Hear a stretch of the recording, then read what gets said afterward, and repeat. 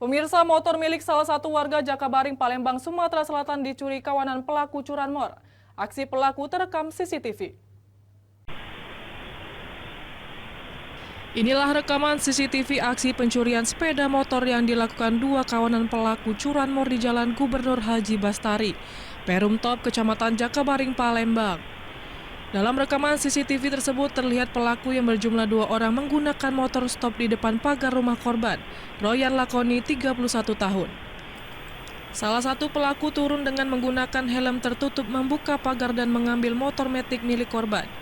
Korban baru mengetahui motor miliknya itu yang biasa terparkir seperti biasa sudah tak ada lagi di tempat.